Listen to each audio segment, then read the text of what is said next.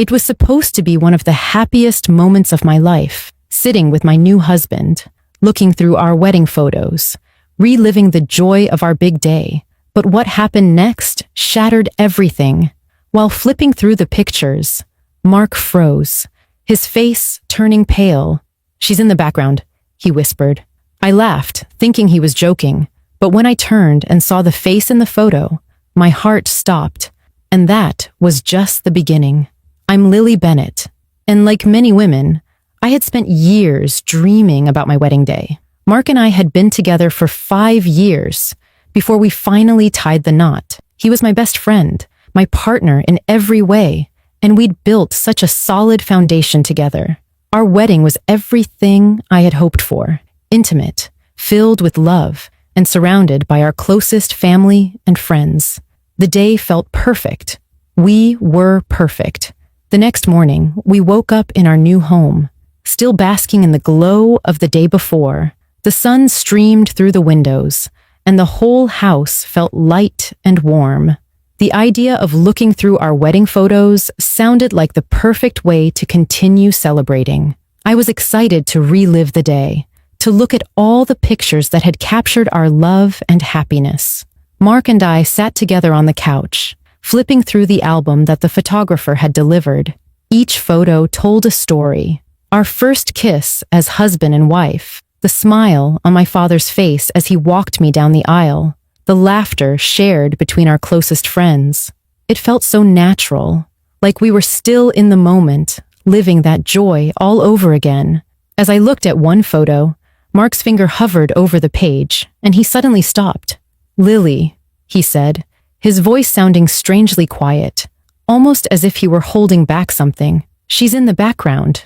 I glanced up at him, thinking he was just being silly, pointing out some random person I hadn't noticed before.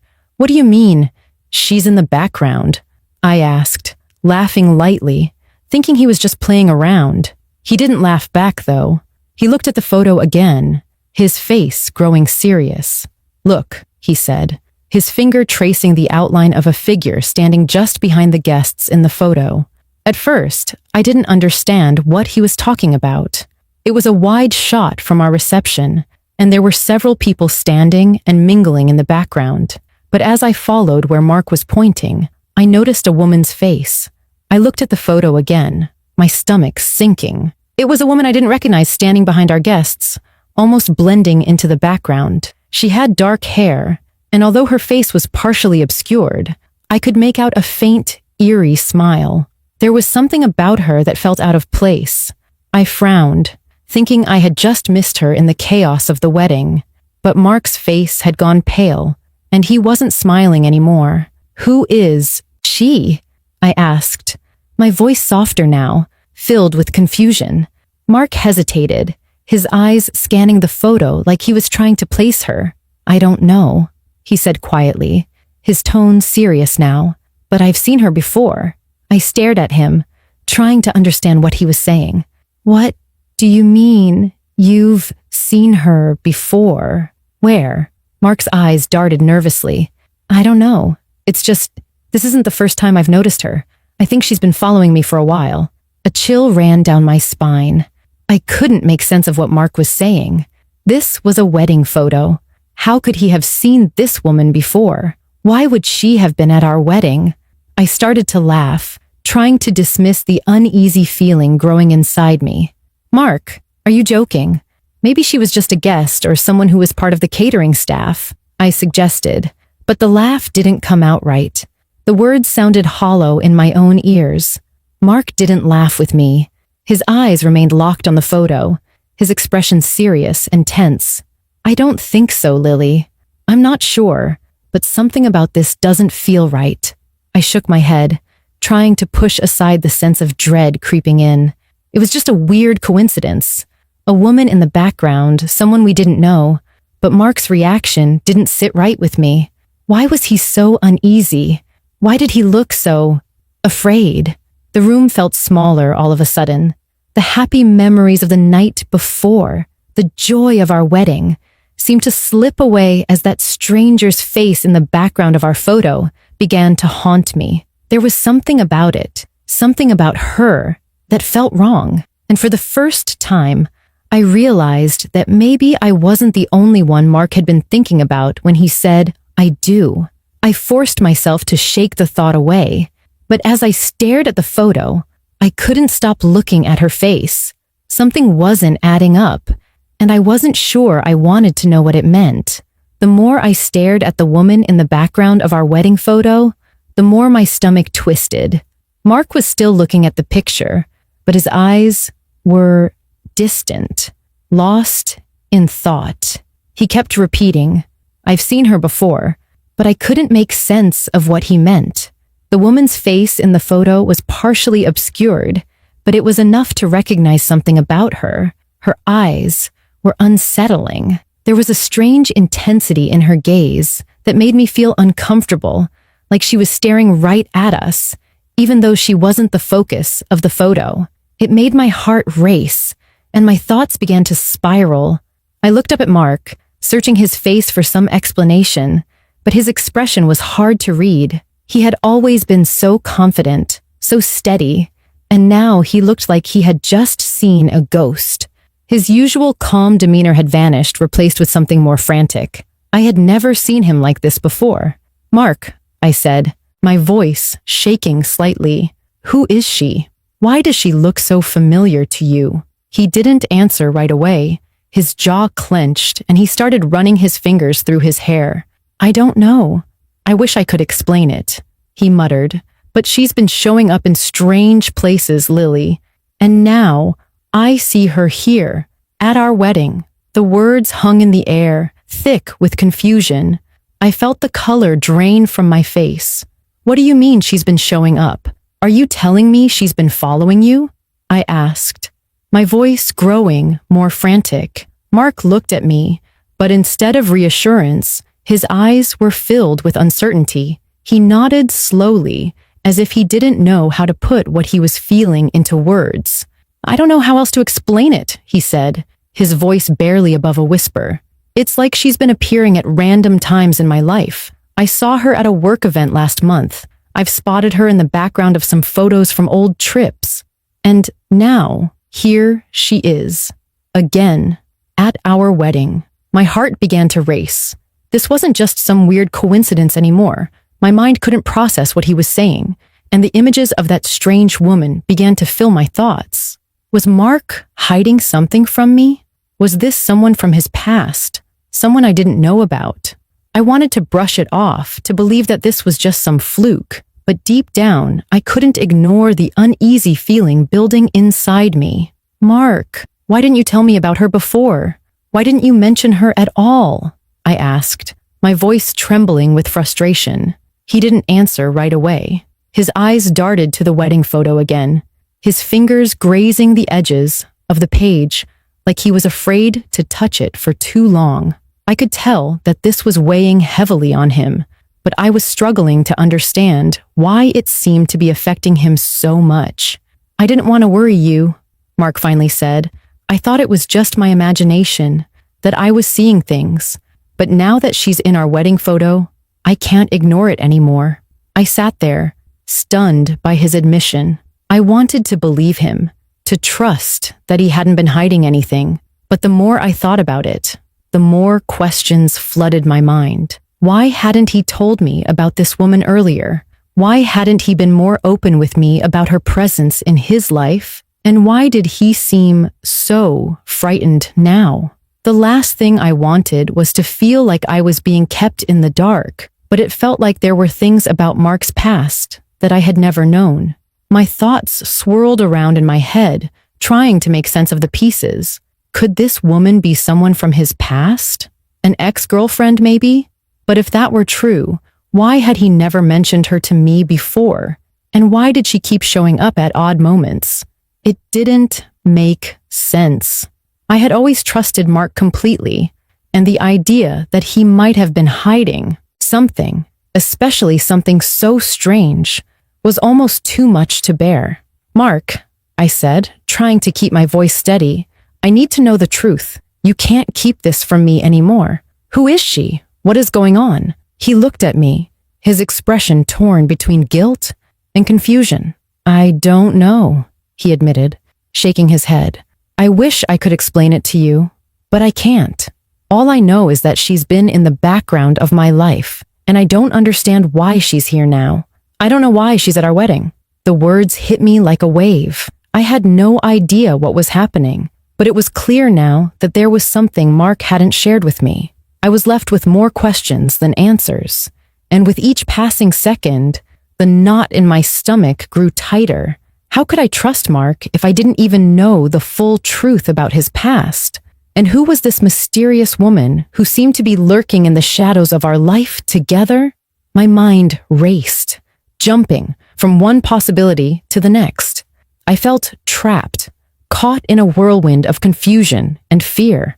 I wanted to believe that Mark was telling the truth, but the more I looked at that photo, the more I realized that something wasn't right.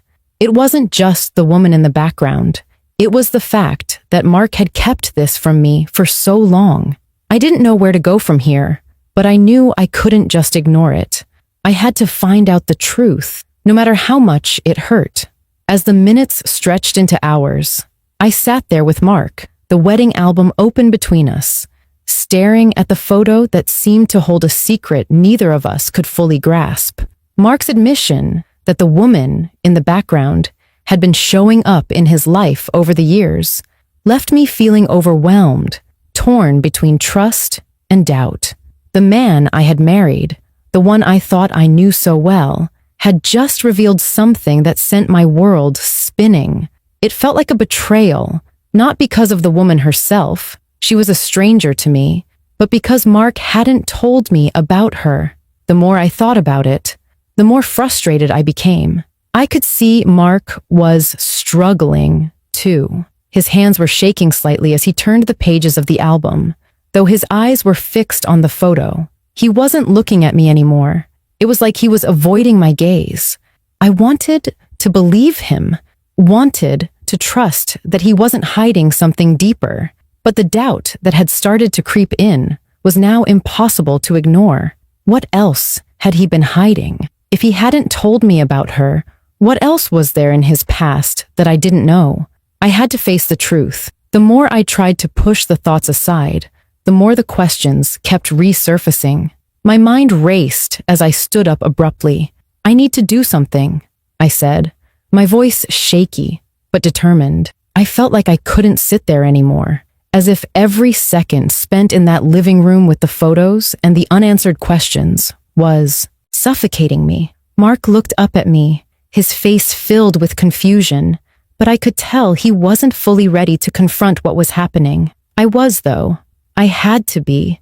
I'm going to find out who she is, I said firmly, though I wasn't entirely sure how I was going to do that. Mark looked at me, his expression a mix of concern and guilt. Lily, don't, he pleaded. Please, just trust me. I'm telling you everything I know. But I couldn't. I couldn't just sit back and wait for him to give me more half-truths.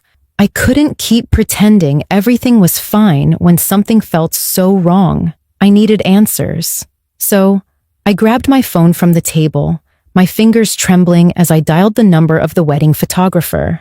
My mind was set.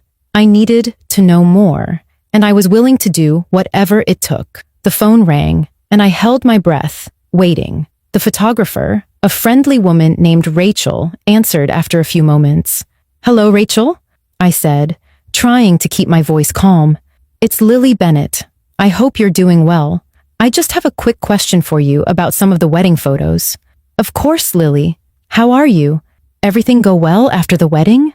she asked, clearly enthusiastic. I forced a smile, even though she couldn't see it. "I'm good, thank you," I replied. "Listen, I was just going through the album and I noticed something strange in one of the pictures. There's a woman in the background, and I was wondering if you had any idea who she is?" Rachel didn't seem immediately concerned. She said, flipping through her notes. "I've got the album in front of me here. Can you describe the photo for me?" I took a deep breath, trying to steady my nerves. "It's one from the reception, near the dance floor. The woman is standing in the corner, mostly hidden by other people. She has dark hair and, Well, she's not in the foreground, but she's clearly visible if you look closely. There was a pause on the other end of the line. Yes, Rachel said slowly. I know exactly which photo you're talking about. She was a guest at the wedding, and she did stay for most of the reception. But I'm not sure who she is either, to be honest. I didn't recognize her at the time, and I didn't think to ask. I'm sorry I can't help more.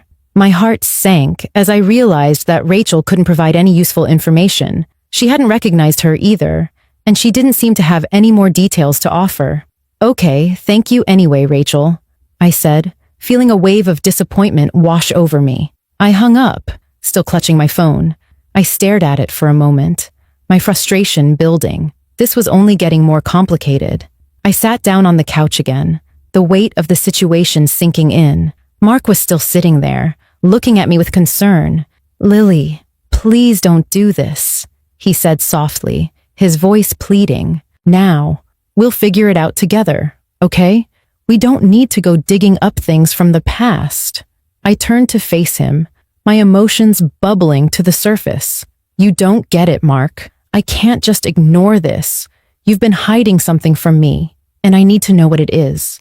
I need to know the truth. Mark's face fell, his shoulders slumping as if the weight of my words had physically drained him. He opened his mouth, but then closed it again, unsure of what to say. I wasn't sure if I was prepared for the truth, but I had reached a breaking point. This wasn't just about a photo anymore. It was about trust, about the foundation of our relationship that suddenly felt shaky and uncertain.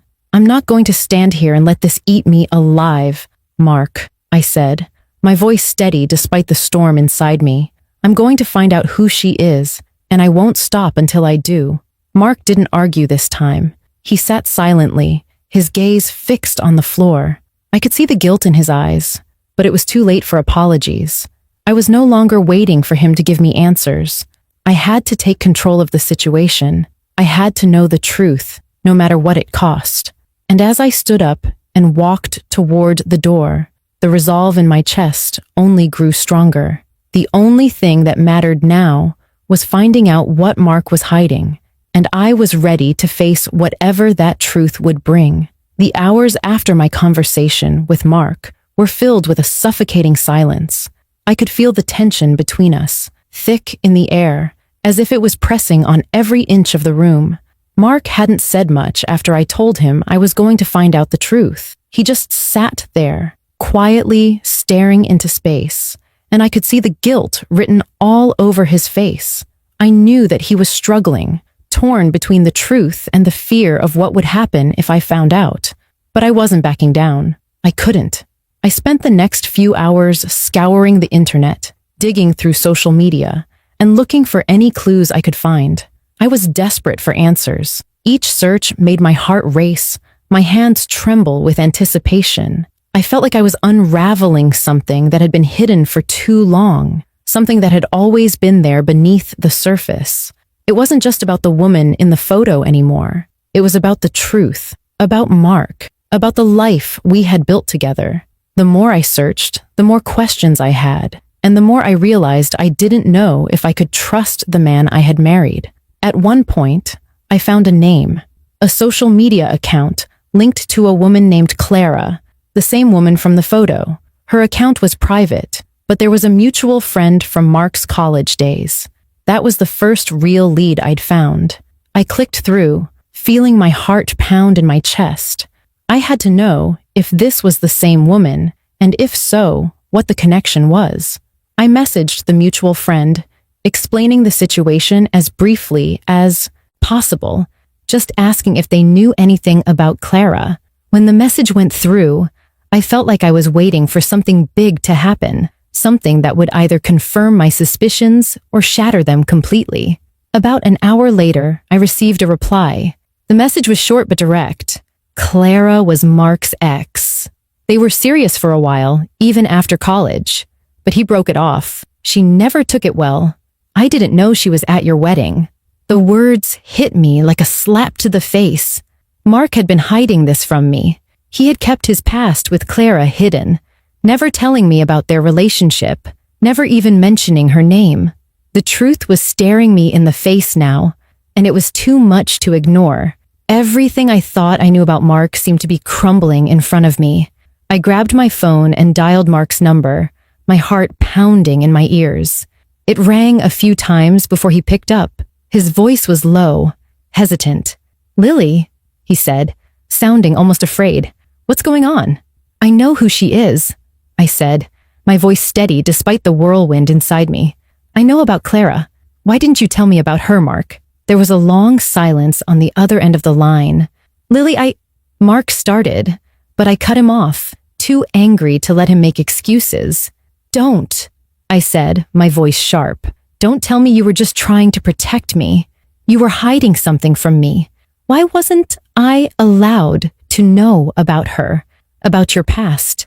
Why wasn't she mentioned once when we were planning our wedding?" Mark let out a sigh, his voice trembling now. "Lily, it wasn't like that. I didn't want to bring it up because it's in the past. I ended things with Clara a long time ago, and I thought I had moved on. But when she showed up at our wedding, I didn't know what to do. I didn't want to ruin our day, make it about her." "Make it about her?" I repeated, incredulous. "You're telling me that she showed up at our wedding, and you didn't think it was important enough to tell me? You kept that from me, Mark. That's not just about the past. That's about our future. That's about trust." Mark's voice was soft, almost pleading. "Lily, I never meant for this to hurt you.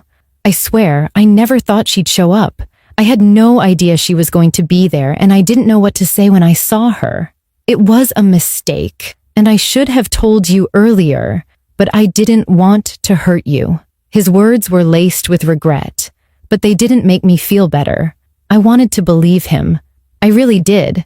But the more I thought about everything, the secrecy, the lies, the tension, I realized that this was bigger than just one mistake. It was about a pattern of hiding things from me, things that should have been shared.